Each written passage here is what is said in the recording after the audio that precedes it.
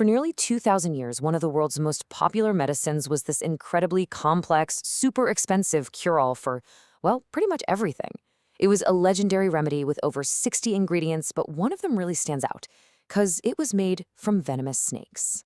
This wild concoction was known as triaca, or more famously, Venice treacle. And for centuries, people saw it as a panacea, a universal remedy. Got a fever, a snake bite, an upset stomach? Venice treacle was the answer. It was basically the go-to super medicine of the ancient and medieval world. So what made it so powerful? Well, that was its secret.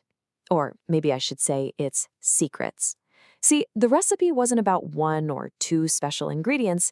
It was this incredibly complex blend of over 60 different things, each one sourced and prepared just so. And that very complexity, that was its whole brand. Okay, so that brings us to its most, let's say, shocking ingredient. When you start to unpack this ancient formula, one thing really jumps out as both bizarre and, at the time, totally essential. Yep, we're talking about actual snakes. So the official name for this stuff was theriaca. It actually started out as what's called an alexipharmac, which is just a fancy word for an antidote. But its purpose grew pretty quickly, and it got this huge reputation as a true panacea, a cure for just about anything that ailed you. So where did this incredible recipe even come from? Well, the story doesn't kick off in Venice or even in Rome. It starts with a very paranoid king who was completely obsessed with poison. It all begins with King Mithridates VI, a guy so terrified of being poisoned that he created his own complex antidote called Mithridatium. Then, when Rome conquered his kingdom, they got their hands on his secret recipe. Fast forward to the 1st century AD, and Emperor Nero's personal doctor, Andromachus, decides he can do better. He takes the original formula and adds his own signature ingredient, powdered viper flesh. He renames it theriaca, and that's the version that becomes an absolute legend. So what exactly was in this stuff? Because adding viper flesh was just the beginning. The full recipe was a masterclass in making things as complicated as humanly possible. The final formula had 64 or more ingredients. Just let that number sink in. Not 6, not 16, over 64 different components, all mixed into this one powerful medicinal paste. So let's try to break that down. The recipe kind of had categories. You had the infamous animal part, the powdered viper. Then a long list of expensive plants and spices like cinnamon and saffron. They added resins like frankincense and myrrh. The whole thing was held together in a base of honey.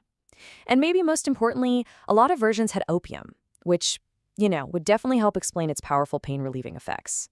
But this leads to a really interesting question. With a recipe this complicated, how could anyone be sure what was actually working? Well, it turns out the complexity wasn't a bug, it was a feature. I mean, think about it. We're talking about an age before clinical trials or chemical analysis. How do you prove your medicine is the best one out there? How do you build trust? For the people making Venice treacle, the answer was right there in the overwhelming complexity of the formula itself. This quote just perfectly sums up the logic they were using. It's this idea of the hair of the dog, right?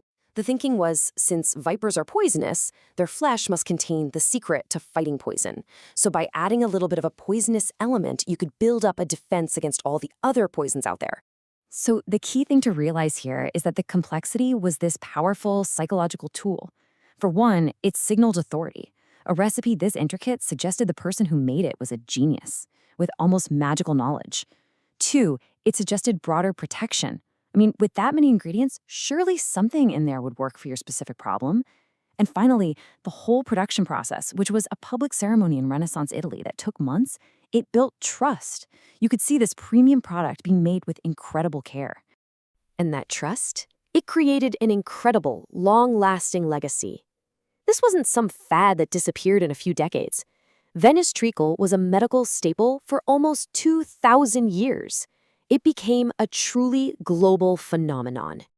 The reach of this medicine was just unbelievable. You could still buy it from apothecaries in 1884. It was a prized import in medieval London. It was traded all the way to China along the Silk Route, where it was given as a gift to the Tang Emperor. This wasn't just some local remedy, it was a global brand for centuries on end. And this right here is where the story starts to feel surprisingly modern. On one hand, you have Venice Treacle, with its 64-plus exotic ingredients that signaled this kind of magical authority. Now think about today. What about modern superfoods or supplements with their proprietary blends and super long lists of botanical extracts? The underlying psychology is exactly the same. We see a complex list and we think it must be more scientific, more effective. At the end of the day, the story of Venice Treacle really teaches us a timeless lesson about trust and maybe marketing. The story you tell, the complexity you show off, the presentation, all of that can be just as powerful as what's actually in the bottle. And that leaves us with a final thought. The success of Venice Treacle was built on this core idea that complexity inspires confidence. So it's worth asking ourselves, what complex products or formulas or even ideas do we put our trust in today? And is it because we have the proof, or is it because we've bought into the story?